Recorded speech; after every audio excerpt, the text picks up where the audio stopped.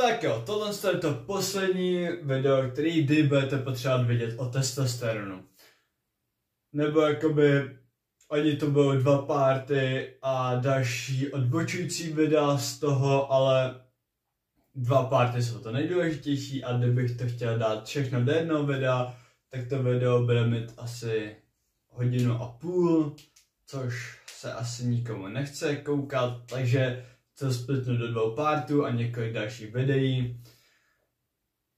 Tak jo, v prvním partu si rozebereme nějakou tu dietu, která bude nejlepší pro produkci testosteronu a také nějaké doplňky stravy, které můžete brát, aby vám zvýšil testosteron co nejvíce. A v druhém partu si rozebereme mužství a cvičení. Pojďme si rozebrat nějaké základy testosteronu. Testosteron se produkuje v Leydigových buňkách, které jsou vlastně vaše koule a u žen to jsou okraj vagíny. Jsou 2 typy testosteronu. Jeden je dihydrotestosteron a druhý je normální testosteron. Ten dihydrotestosteron je vlastně to, co rozvojuje vaše pohlavní orgány a také to, co může za vaše ochlupení na těle.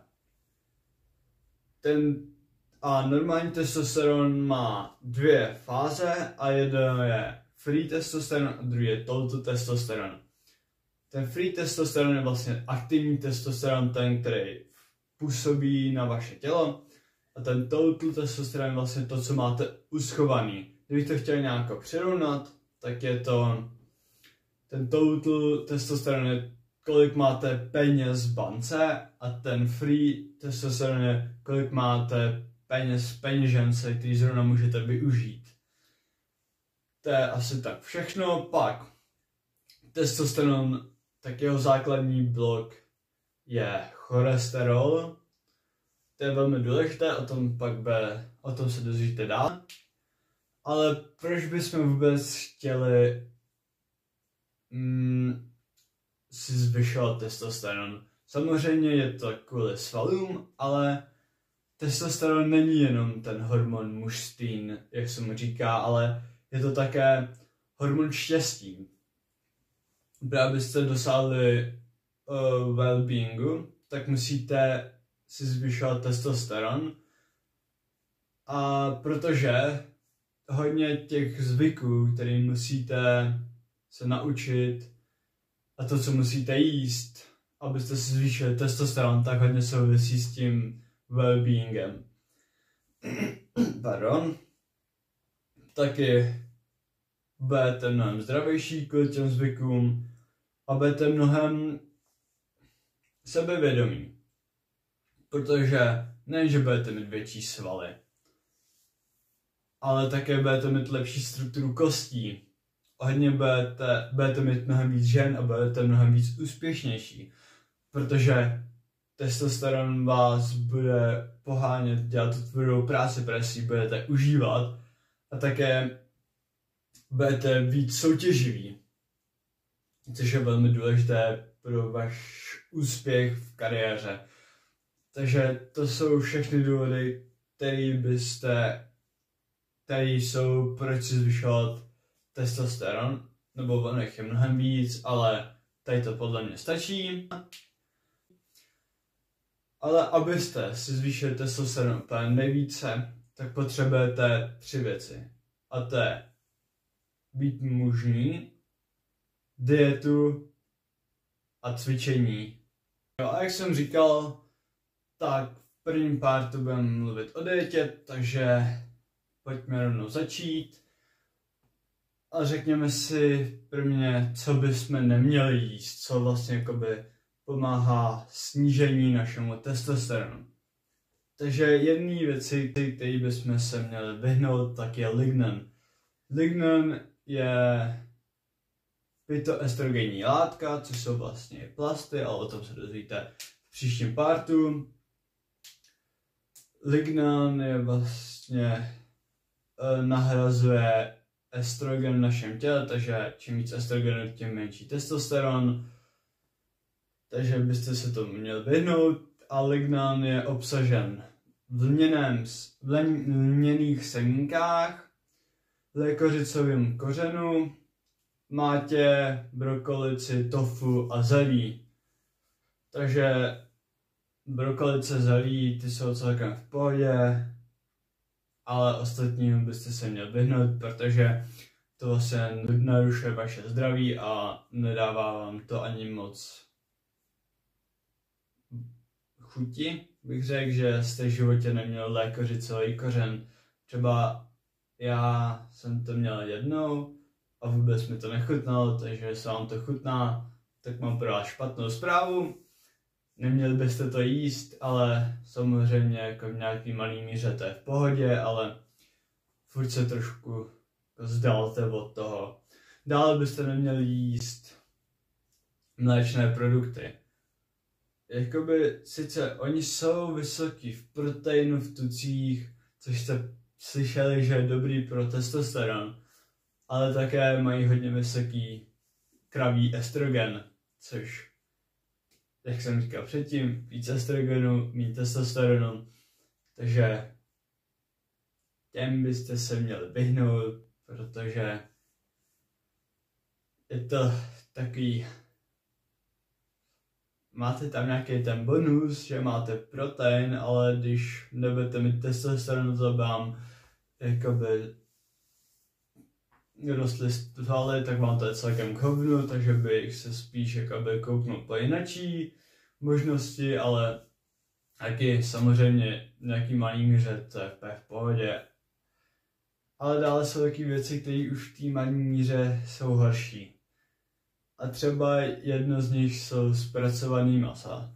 Zpracovaným masama myslím jako párky, salámy, bušty, tady ty všechny. Jako je to maso, jo, maso, cholesterol, ale oni mají v sobě hodně nasycených tuků.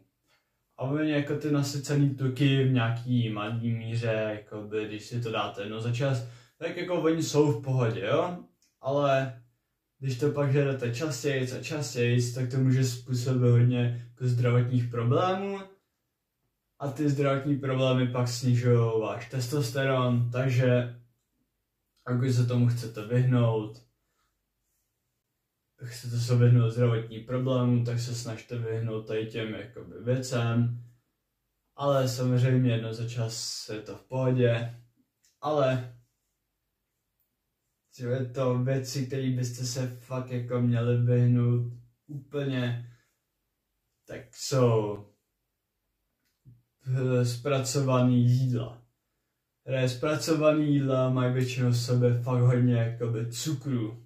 A jakoby ty cukry vám přetížejí systém a to tělo se s ním musí vypořádat tak, že jakoby začne míčit, že jo, ty cukry, nebo jakoby je dávat do formy, který může zpracovat, jako přetvořit to na glukózu a fruktózu. Ale jak to je zahlcený, to tělo, tak to musí pracovat fakt hodně rychle. A protože to tělo nemůže dělat všechny věci najednou furt, tak to vlastně jakoby zastaví ty věci, které nejsou zrovna potřebné na to vaše ničení těch cukrů. A to vaše rozmnožovací soustava fakt není, takže to zastaví tvorbu testosteronu na tu dobu určitou, takže čím víc cukru jíte, tím nižší testosteron budete mít. Takže cukr tak maximálně jednou do měsíce. Dál byste se měl vyhnout transtukům. Transtuky se většinou nacházejí jako takový ty semenný olej, KFCčko, mekáč, všechny tady ty společnosti. Je to hodně i v tom zpracovaném jídle, což je další důvod, proč byste se mu měli vyhnout. Ale vlastně transtuky jsou fakt jako špatný pro vaše zdraví, ale taky jsou i přímo špatný pro váš testosteron. Vlastně ty transtuky napomáhají přeměně vašeho testosteronu na estradiol. A estradiol je forma estrogenu, což estrogen víc rovná se míň. Taky napomáhá jakoby zvýšení vaší hladiny kortizolu, což o kortizolu si dám zvlášť video, ale vlastně kortizol napomáhá snížení testosteronu, takže byste se tomu měli vyhnout. A taky ještě to souvisí se zánětem, což zánět je zánět.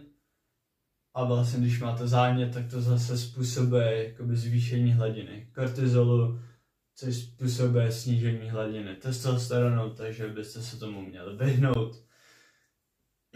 Dál byste se měli vyhnout alkoholu, teda alkohol taky je hodně spojený s tím, že to ničí váš spánek, který je potřeba k tvorbě testosteronu, taky to hodně souvisí s tím zánětem, že to zvyšuje váš zánět. Prostě alkohol, pokud neoslavujete něco jako třeba Silvestr, nebo narozky někoho, nebo nějaký brutální úspěch v kariéře, tak nepijte to, nevyplácí se to. Když si pak jednou uvědomíte, tak zase tak dobrý to není. Lepší je mít větší testosteron a být prostě jako lepší jak spoustu lidí, než pít alkohol. A další věc, která je hodně špatná a je to jedna z těch nejhorších, tak jsou rafinované zrnka. Rafinovaná zrnka jsou vlastně zrnka obilní pšenice, které jsou zbavený té nutriční části toho semínka. A hodně napomáhají vlastně přetvoření testosteronu přímo na estrogen, což ještě jednou, čím víc estrogenu v těle máte, tím méně testosteronu budete mít. A ještě to napomáhá jakoby přímo jakoby zvětšení objemu tuku. Hodně v těch rafinovaných zrnkách je ten lignan, který je, jak jsme říkali, phytoestrogen, a taky to zvyšuje váš krevní cukr, což krevní cukr zase se pak souvisí s inzulínem, což souvisí s kortizolem, zase je to hodně. A protože tady jsou věci, které snižují váš testosteron, to tady přece musí být ty věci, které ho zvyšují, ne? A jo, jsou tady, a já jsem si pro vás přichystal asi ty nejlepší věci, které můžete jíst, proto abyste si zvýšili testosteron. Jedno z nejdůležitějších věcí tak jsou také červený maso a vajíčka. Červený maso a vajíčka jsou obojí bohatý vlastně v cholesterolu, jak už jsem říkal, tak cholesterol je základní blok testosteronu, takže čím víc to sníte, tím víc se vám bude produkovat, ale zase jako bacha, když si dáte 20 vajíček denně, tak se asi hodně jako posedete, takže furt jako všechno s nějakou mírou. Dále byste měli jít vlastně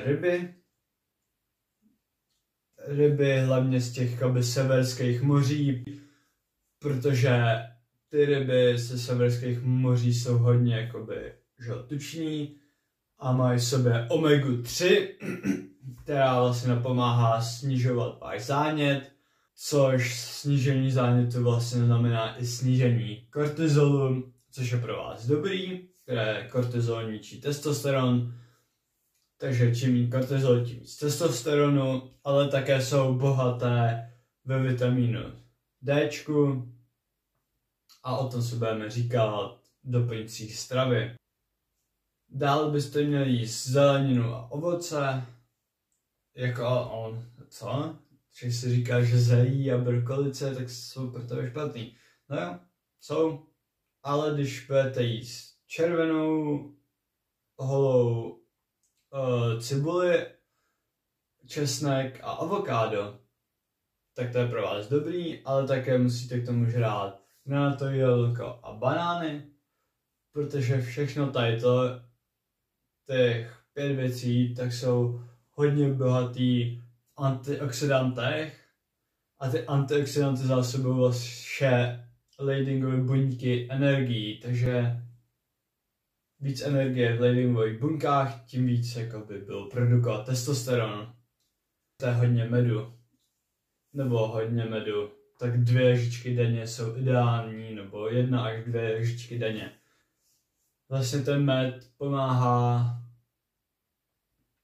životnosti těch Leydingových buněk, takže to snad mají za sebe, budou živější, budou žít díl, takže to je prostě ideální. Také byste měli žrát hodně ořechů, protože ořechy jsou bohaté v tucích a proteinu, ale také je takový speciální hack,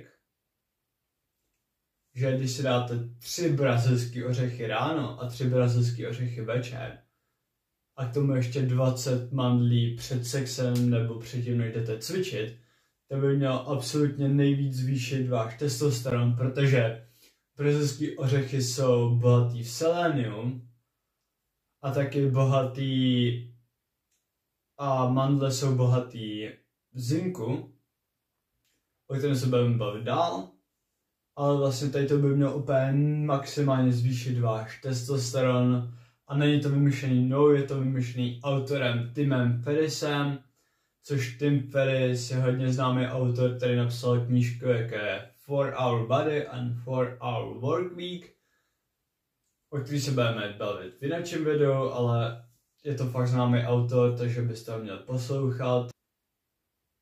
A dále byste měli jíst špenát. Špenát je bohatý v hořčíku, o kterém si budeme taky říkat v těch doplňcích stravy, proto jsem to dal do toho jednoho partu, protože to má hodně společného. Ale ještě než se pustíme do těch doplňků stravy, tak pro vás mám jeden hack, nebo jak bych to nazval. Je to prostě anabolický elixír. A ten anabolický elixír je vlastně jednoduchý a to je džus z granátového jablka, tomu lžička ceylonský skořice a lžička soli. Bude to pravděpodobně hodně hnusný, ale mělo by to fakt pomoct, protože jak jsem říkal, tak džus granátového jablka a prosím nekupujte džus příchutí granátového jablka jako v obchodě, musíte si koupit granátové jablko a udělat si ten džus doma, jinak to nebude fungovat, jinak to právě naopak skurví váš testosteron. Ale o tom granátovém jablku víte, vlastně to je bohatý v těch antioxidantech, ale o ceylonské skořici jsme si nic neříkali. No, jednoduše ceylonská skořice chrání vaše sperma před oxidací, takže čím víc spermatu máte, tak tím víc testosteronu produkujete, takže to máte jednoduchý a ta sůl tam je jen kvůli electrolytes, což jsou vlastně ty pomáhají rozesílat signály po vašem těle. A pojďme asi na to nejzajímavější věc celého videa, což jsou doplňky stravy.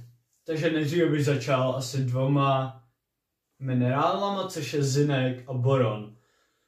Obojí zinek i boron napomáhají jakoby aktivovat ten testosteron, takže z toho touto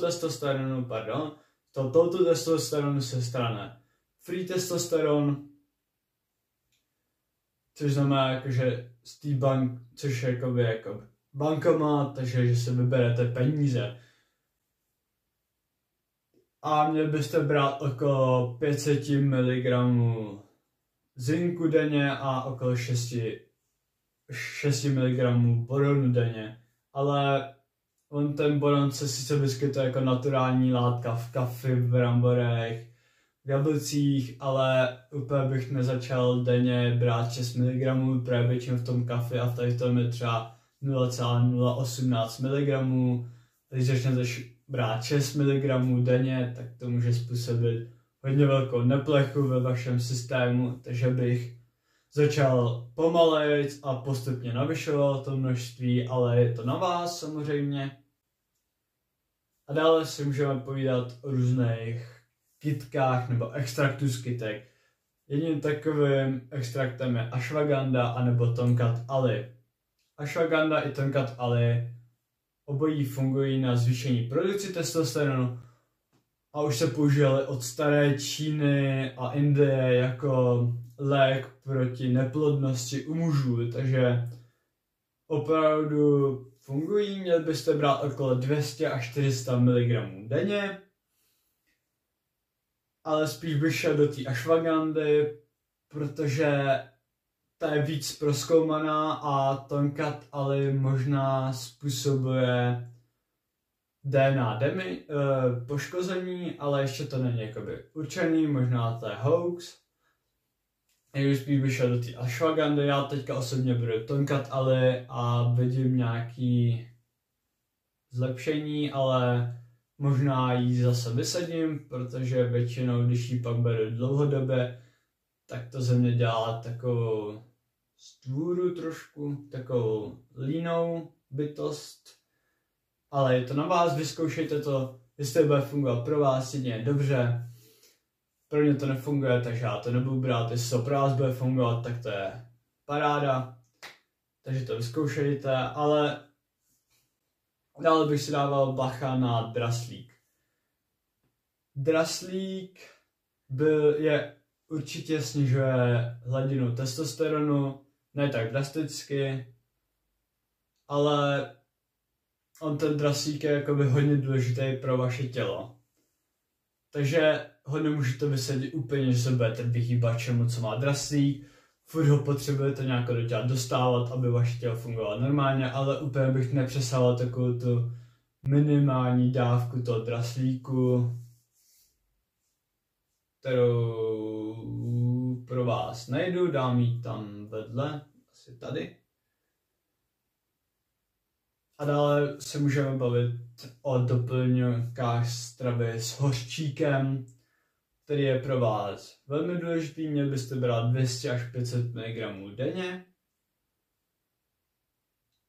A vlastně ten hořčík vám pomáhá vašim ledvinám jako vstřebávat vitamin D3, ale počkej, co si nepovídal o vitamínu D3. Tak vám něco o něm řeknu.